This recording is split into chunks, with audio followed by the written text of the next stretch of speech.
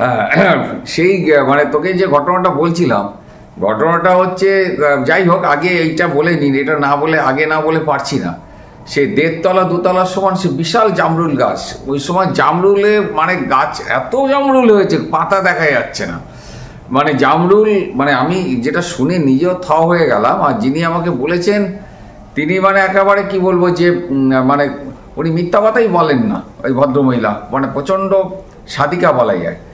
যে জামরুল গাছটা মানে প্রায় 1.5 2 তলা জামরুল গাছ, গোড়া মানে গোড়ার সময় জামরুল গাছটা ভন ভন করে ঘুরছে, আর জামরুলগুলো যেহেতু জামরুল গাছটা জামরুলে পুরো ভর্তি এবং চারিদিকে ওই জামরুলগুলো ছড়িয়ে ছড়িয়ে পড়ছে, মানে একটা অবাক, মানে ওখানে মানে লোক জমে গেছে কীভাবে, মানে গোড়ার সময় একটা জামরুল মানে ভাবাই যায় না। মানে এগুলো কি, এই যে আমি নিজে যখন ঘটনাটা শুনলাম আমি নিজেই স্তম্ভিত হয়ে গেলাম, কিন্তু যাদের সাথে ঘটনাটা ঘটেছে তারা বললো যে এটা বাস্তব সত্য, যে এটা মানে যার বাড়িতে ঘটেছে বা যাদের সাথে ঘটেছে তারাও বলেছে যে হ্যাঁ, ওই মানে 10 12 বছরের বাচ্চাটা যখন বলল যে আমি 2টো জামরুল খেয়েছি তাই জন্য আমাকে এরকম গালাগালি দেওয়া হলো, আমাকে করা হলো, দেখ তোদের জামরুল গাছের মানে আজকে কি তোরা বাড়ি গিয়ে, মানে ওই বাচ্চাটার বাড়িতে নালিশ করতে এসেছিল তারই নিজের আপন মাসি, মানে একই পাড়ায় বাড়ি, এটা উত্তর 24 পরগনার একটা ঘটনা। তখন সে বাচ্চাটা বলেছিল যে আমি সামান্য 2টো জামরুল, কত জামরুল রয়েছে, এমনি তো এমনি পড়ে যায়, পাখিতে খেয়ে যায়, আমি 2টো না জামরুল ছিঁড়ে খেয়েছি, তার জন্যে এইরকমভাবে গালাগালি করলো। আবার আমাকে মানে ধাক্কা গুঁতোও দিল, হ্যাঁ তোর মানে মাসি তোর মেয়ে এরকম আমাকে ধাক্কা গুঁতো দিল, ওই বাচ্চা ছেলেটা বলছে।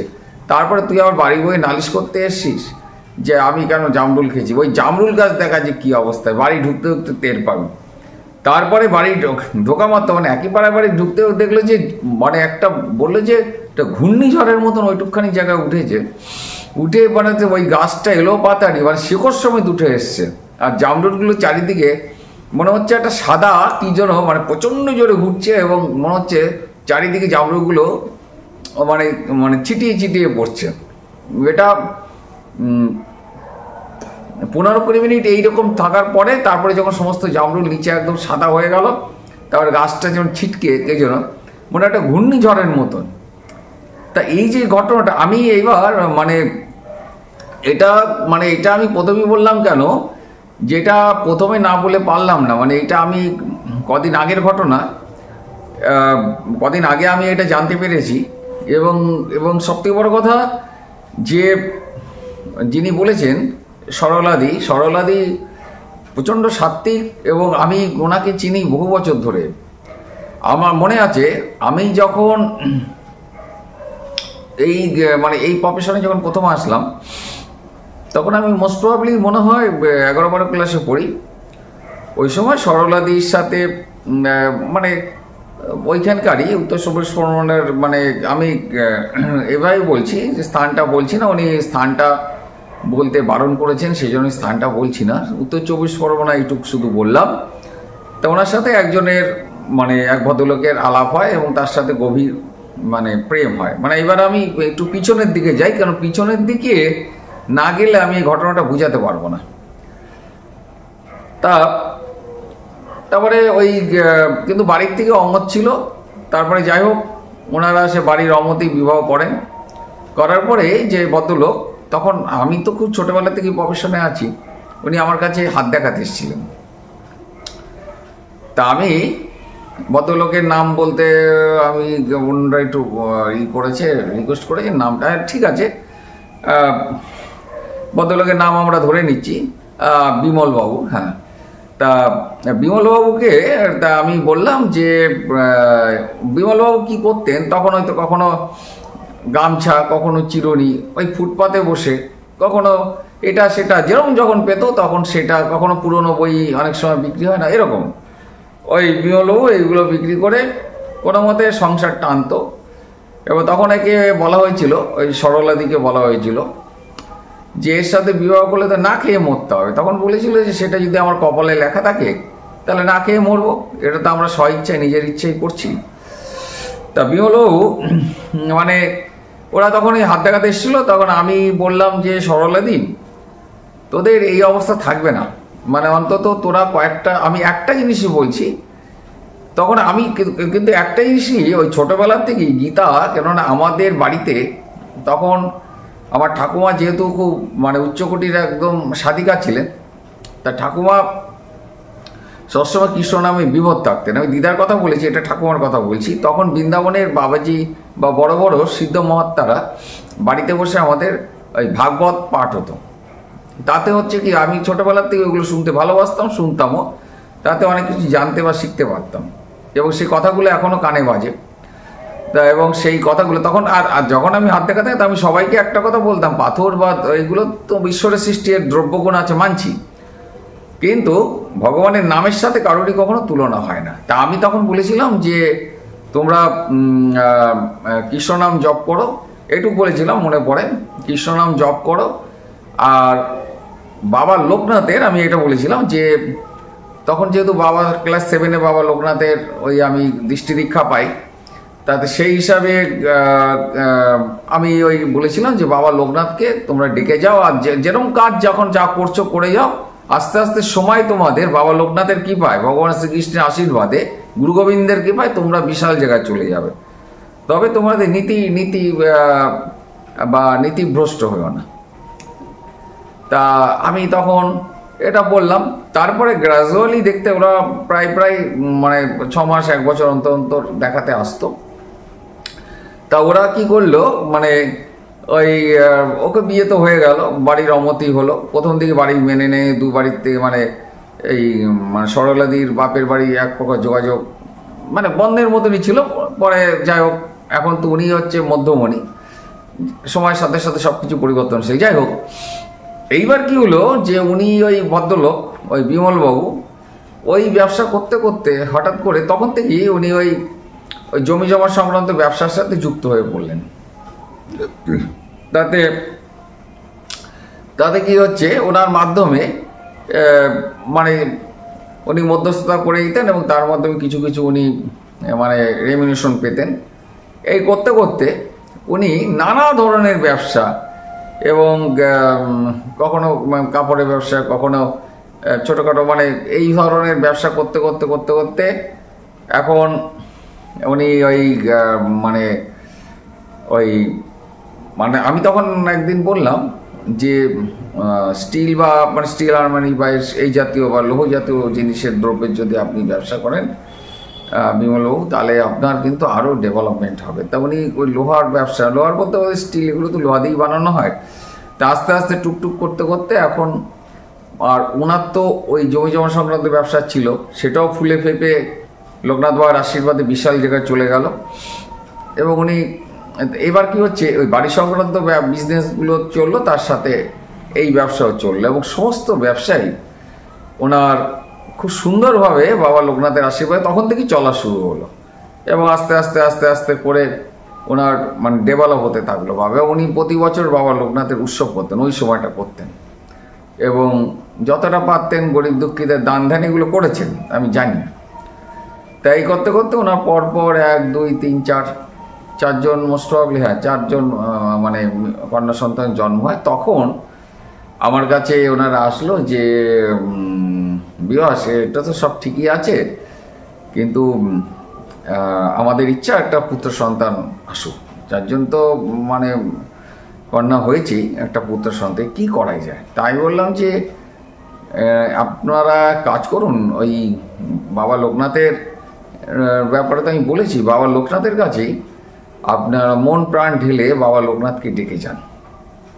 বাবা লোকনাথের কৃপায় যখন এত সব হয়েছে, মানে একদম -0 থেকে আপনারা একটা ভালো জায়গায় পৌঁছেছেন, মানে আপনাদের ওই মানে যখন এসেছিল তখন মোটামুটি ওনাদের নিজস্ব জায়গা কিনে বাড়িও হয়ে গেছে, যেখানে মানে কিছুই ছিল না, সেখানে আস্তে আস্তে ব্যবসা। তখন কি হচ্ছে, 4টে মেয়ে হয়েছে, মেয়ে হওয়ার পরেও মানে বিশাল মানে তখন থেকেই মানে বিশাল অবস্থা শুরু হয়ে গেছে। তা যাই হোক, তাই বললাম যে আপনারা ওই বাবা লোকনাথকেই, এটাই সারা জীবন, আর নতুন করে আর কিছু বলার নেই। বাবা লোকনাথকে ধরুন, যতটা মানে দান ধ্যান এগুলো করুন, আর কিছু কিছু আধ্যাত্মিক জিনিস বলেছিলাম ওই শিবের মাথায় একটা করে বেলপাতা দেয়া, বাবা লোকনাথই মানে শিব বাবা বাবার গুরু, এবং সে ভোলে বাবার ব্যাপারটা বলেছিলাম, বাবা লোকনাথ এবং কৃষ্ণ নাম জপ, এইগুলো পরে আমি বলি গীতা পাঠ বা ভাগবত পাঠ এগুলো করতে পারলে, বা এবং যতটা পারা যায় মন্দিরে মানে মন্দিরে মানে তীর্থস্থান বা কাছাকাছি, দূরে না হলেও কাছাকাছির মধ্যে একটু ঘোরাঘুরি করে আর বাবা লোকনাথকে মন প্রাণ ঢেলে ডেকে যান। তা এই করতে করতে ঘটনাচক্রে সেই পুত্র সন্তানের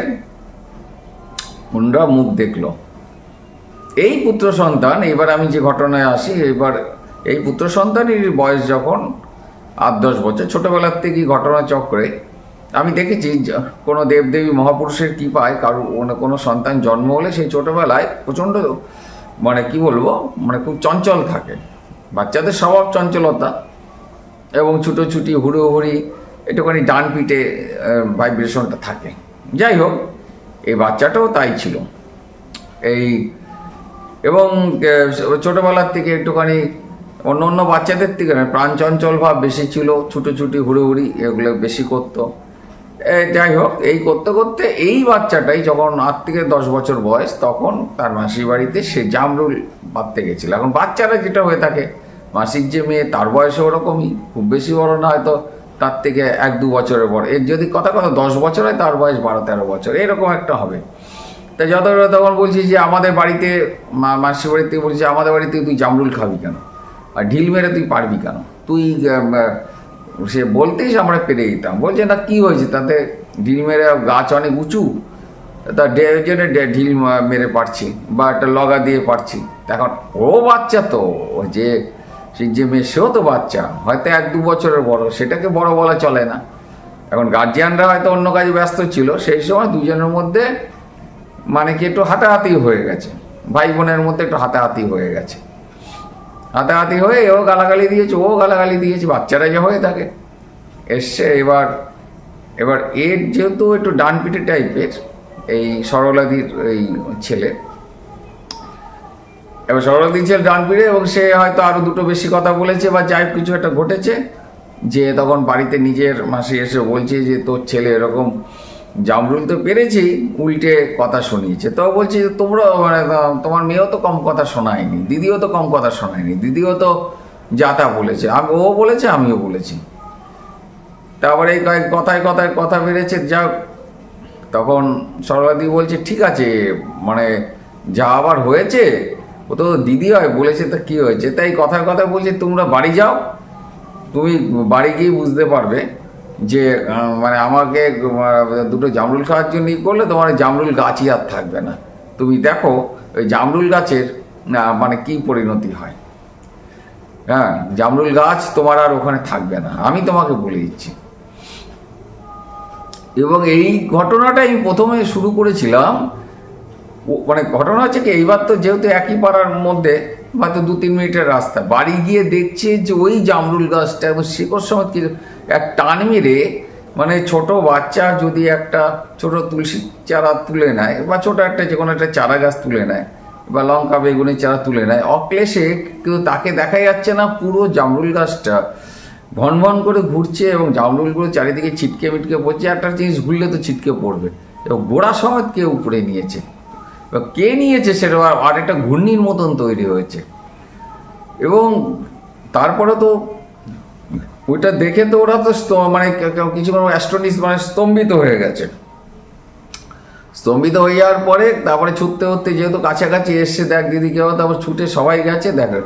তা এই বালকটির ওই ছোটবেলার থেকে একটা অদ্ভুত ক্ষমতা নিয়েই বাবা লোকনাথের কৃপায় তার আশীর্বাদে জন্মেছে, একটা অদ্ভুত ক্ষমতা নিয়েই জন্মেছে। এবং এই এখন সে বাচ্চা নেই, এখন তার বিবাহ হয়ে গেছে, তারও বাচ্চা এসে গেছে, সে আমি বহুদিন আগের কথা বলছি।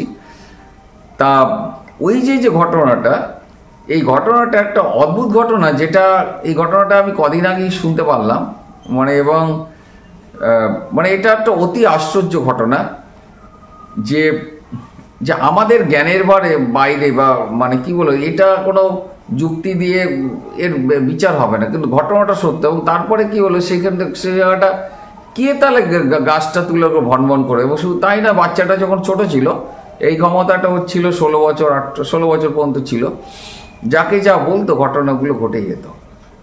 তা যাই হোক, এখনও আমি যতটাই যা পরবর্তীকালে আমি দেখলাম যে তার ভিতরে আধ্যাত্মিক চেতনাটা গুপ্তভাবে রয়েছে, সে নিজেও জানে না, কেননা একটা মানে দৈব প্রভাব তার মধ্যে রয়েছে। হয়তো গ্রহ নক্ষত্রের প্রভাবে, স্থানকাল পাত্রের প্রভাবে সেটা চাপা থাকে, কিন্তু এটা আমার বিশ্বাস কোনো এক সময় আবার ফুটে বেরোবেই। এবং অগাধ বৈভবের মধ্যে এখন সে রয়েছে, কিন্তু এই আধ্যাত্মিক এই ভাইব্রেশনটা আজ না কাল এটা তার মধ্যে ফুটে বেরোবে। এটা একটা আশ্চর্য ঘটনা। এবং ও মানে যেটাই মুখ দিয়ে বলে সেই ঘটনাগুলো তখন ও মানে বিভিন্নভাবে ঘটতে থাকে। তা বিশেষ করে অন্য ঘটনায় আমি যাচ্ছি না, বিশেষ করে এই ঘটনাটা মানে আমি রীতিমতো স্তম্ভিত। আর সব থেকে বড় কথা, সরলাদি কখনো মিথ্যা কথা বলে না, বা আশেপাশে যারা ছিল ওনার সাথে যারা এসেছিল তারাও বললো হ্যাঁ ঘটনাটা সত্য, তারা নিজের চোখে এটা প্রত্যক্ষ করেছে। এর কি ব্যাখ্যা আছে?